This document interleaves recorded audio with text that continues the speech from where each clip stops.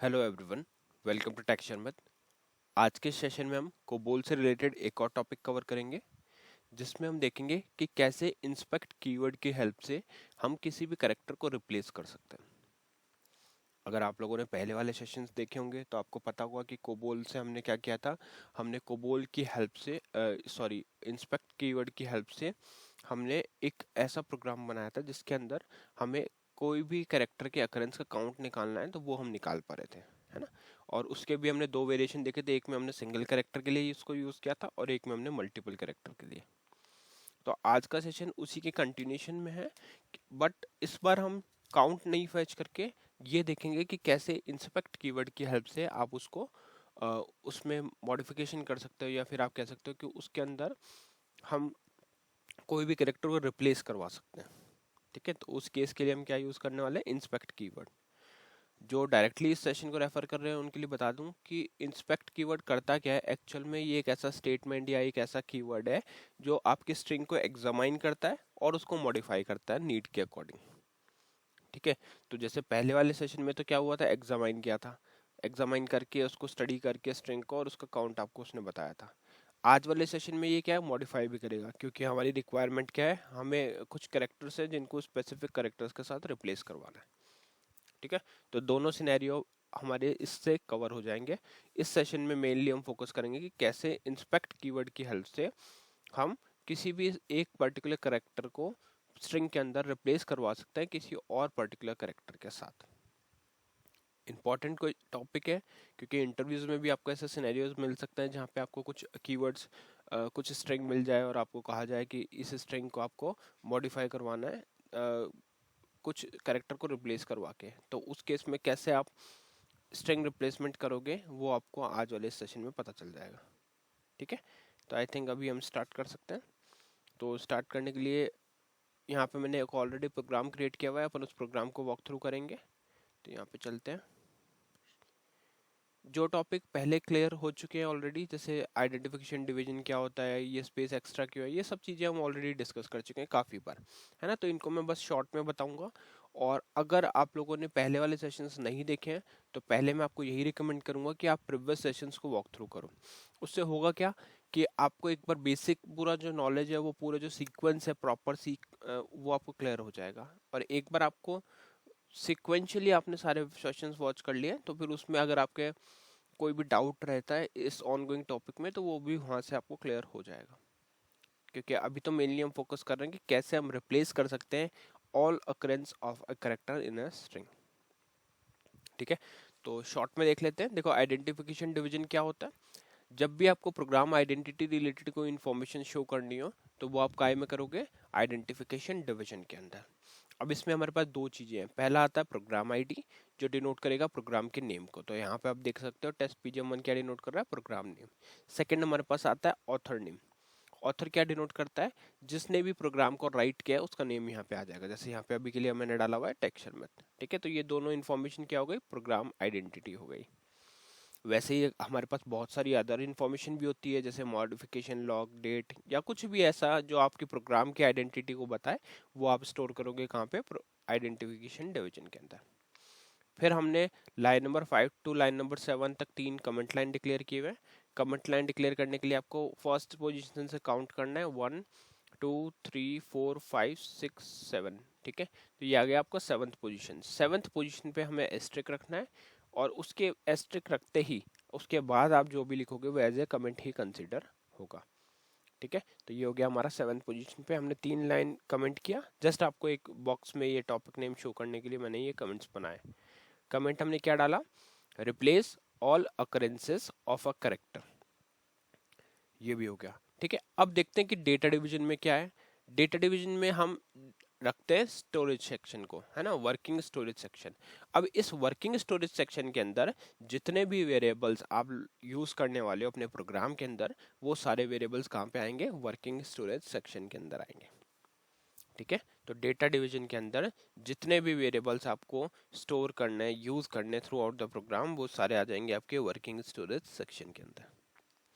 तो यही हमारा वो वर्किंग स्टोरेज सेक्शन है। इसमें अगर आप देखोगे तो हमारा पहला वेरिएबल हमने डिक्लेयर किया हुआ है जो है str नेम से। कैसे होता है डिक्लेयर, देखो यहाँ से आप इसको डिवाइड करो कुछ पार्ट्स में। देखो पहला क्या है, 0 1। 0 1 क्या डिनोट कर रहा है, हायर डेटा हायरार्की को। 0 1 क्या शो कर रहा है, हायर डेटा हायरार्की। फिर है हमारे पास क्या, फिर नेक्स्ट है हमारे पास में डेटा नेम और वेरिएबल नेम। डेटा नेम और वेरिएबल नेम, इस डेटा नेम और वेरिएबल नेम को कब यूज किया जाएगा, देखो जब भी आपको इस प्रोग्राम को रेफर करना होगा, है ना, तो उस केस में आप यही नेम से इसको रेफर करोगे। फिर है हमारे पास PIC जो डिनोट करता है पिक्चर क्लॉज को। X ऑफ 40 डिनोट कर रहा है अल्फा न्यूमेरिक 40 कैरेक्टर्स को।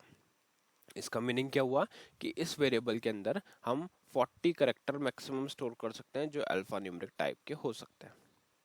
अल्फा न्यूमेरिक मतलब उसमें आप अल्फाबेट्स भी स्टोर कर सकते हो और नंबर्स भी स्टोर कर सकते हो, और नंबर और अल्फाबेट्स का कॉम्बिनेशन भी यूज कर सकते हो जिसको हम बोलेंगे अल्फा न्यूमेरिक। ठीक है, combination of characters and number. फिर आता है हमारे पास वैल्यू क्लॉज। वैल्यू क्लॉज क्या करता है, ये एक ऑप्शनल क्लॉज है। इसके अंदर अगर आप चाहो तो इसको यूज कर भी सकते हो, अदरवाइज नहीं भी कर सकते हो। बट वैल्यू क्लॉज का पर्पस यही होता है कि अगर आपको कभी भी कोई वैल्यू इनिशियलाइज करनी हो किसी वेरिएबल के अंदर, तो वो आपका आएगा वैल्यू क्लॉज में। अब यहाँ आप देखोगे हमने कुछ वैल्यू स्टोर की हुई है ना, यहाँ पे लिखा हुआ है डिटेक्शन में पॉडकास्ट। बट यहाँ पे अगर आप देखोगे तो हमने कुछ टीज है वो स्मॉल में लिखे हुए, बाकी पूरा कैरेक्टर पूरे वर्ड्स जो है वो कैपिटल में। तो इसको अपनी रिक्वायरमेंट के अकॉर्डिंग ही डिज़ाइन किया गया है। अब देखो अपनी रिक्वायरमेंट क्या है, हमारी रिक्वायरमेंट है कि हमें हर कैरेक्टर कैपिटल में लिखना है। ठीक है, और हमें यहाँ पे दिख रहा है कि 2 कैरेक्टर जो है वो हमारे स्मॉल केस में है। तो इसी को अपन रिप्लेस करेंगे मैन्युअली, नहीं अगर आप चाहो तो मैन्युअली कर सकते हो, बट सपोज करो कि इस तरह से आपके पास कोई स्ट्रिंग आ रही है और आपको ये मेक श्योर करना है कि उसमें जितना भी लेटर टी लिखा है वो सब कैपिटल में चेंज हो जाए। ठीक है, तो उसके लिए हम कैसे यूज करेंगे इंस्पेक्ट कीवर्ड, वो अभी अपन देखते हैं। तो यहाँ पे वेरिएबल डिक्लेयर हो गया, रिक्वायरमेंट समझ में आ गई कि ये स्ट्रिंग है, इस स्ट्रिंग में इन 2 टी को अपन को कैपिटल टी से रिप्लेस करवा के प्रिंट करवाना है। गॉट इट, ठीक है। अब देखो उसके बाद में हमारे पास क्या आता है, उसके बाद आता है हमारे पास प्रोसीजर डिवीजन। क्या होता है प्रोसीजर डिवीजन, प्रोसीजर डिवीजन के अंदर हम अपने प्रोग्राम का मेन लॉजिक पार्ट लिखते हैं। ठीक है, तो यहाँ पे अगर आप देखोगे तो सबसे पहले हमने क्या लिखा है, inspect keyword, inspect str replacing all small T's by capital T's. COBOL का यही एक बहुत अच्छा एडवांटेज है कि आपको सिर्फ कोड को पढ़ने से ही पता चल जाएगा कि कोड क्या कह रहा है ना। कोई इसमें ऐसा कीवर्ड यूज नहीं होता कि आपको बहुत कॉम्प्लेक्स लगे, आप इसको रीड करते ही बता सकते हो कि क्या हो रहा है। देखो इंस्पेक्ट str को इंस्पेक्ट करेगा, replacing all T's by capital T's, small T को कैपिटल टी में। तो ये एक इंग्लिश स्टेटमेंट ही लग रहा है, राइट। तो ये अपना क्या कर देगा, स्मॉल टीज को कन्वर्ट कर देगा कैपिटल टीज के अंदर। फिर हम डिस्प्ले करेंगे str आफ्टर रिप्लेसिंग कैरेक्टर्स। ये जस्ट मैंने एक हार्ड कोडेड टेक्स्ट डाल दिया आपको शो करने के लिए, और फिर हम str को इसमें अपेंड कर रहे हैं, यहाँ पे शो कर रहे हैं। तो लाइन नंबर 18 क्या करेगा, जो भी मॉडिफिकेशन हुए हैं उसको शो करने के लिए हमने, अब आप यहाँ पे देख रहे हो कोई वेरिएबल अलग से पास नहीं किया, उसी वेरिएबल में ये क्या कर देगा, रिप्लेस करके उसको स्टोर कर देगा। क्योंकि मैंने आपको पहले भी बताया था कि इंस्पेक्ट मॉडिफिकेशन भी करता है, एग्जामाइन भी करता है, मॉडिफाई भी करता है। तो इस केस में मॉडिफाई कर रहा है, ठीक है। तो मॉडिफाई हो जाएगा हमारा, और एक बार मॉडिफाई हो गया उसके बाद में सिंपली आप उस वेरिएबल को प्रिंट करके देख सकते हो कि आउटपुट हमारे पास क्या आया। ठीक है, तो यहाँ आ जाएगा आउटपुट, उसको अपन प्रिंट कर रहे हैं और फिर बाद में स्टॉप रन से प्रोग्राम का टर्मिनेशन एंड कर रहे हैं। ठीक है, तो अभी करते हैं इसको कंपाइल।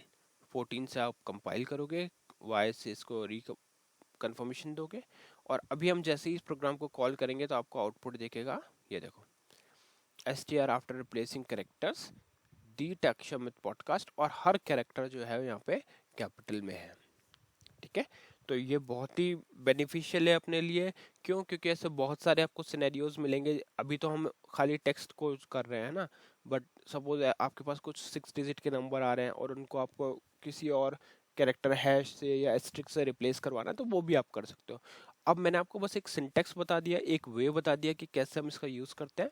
बाकी चीजें डिपेंड करेगी आपके प्रोजेक्ट के रियल सिनेरियोज पे, है ना।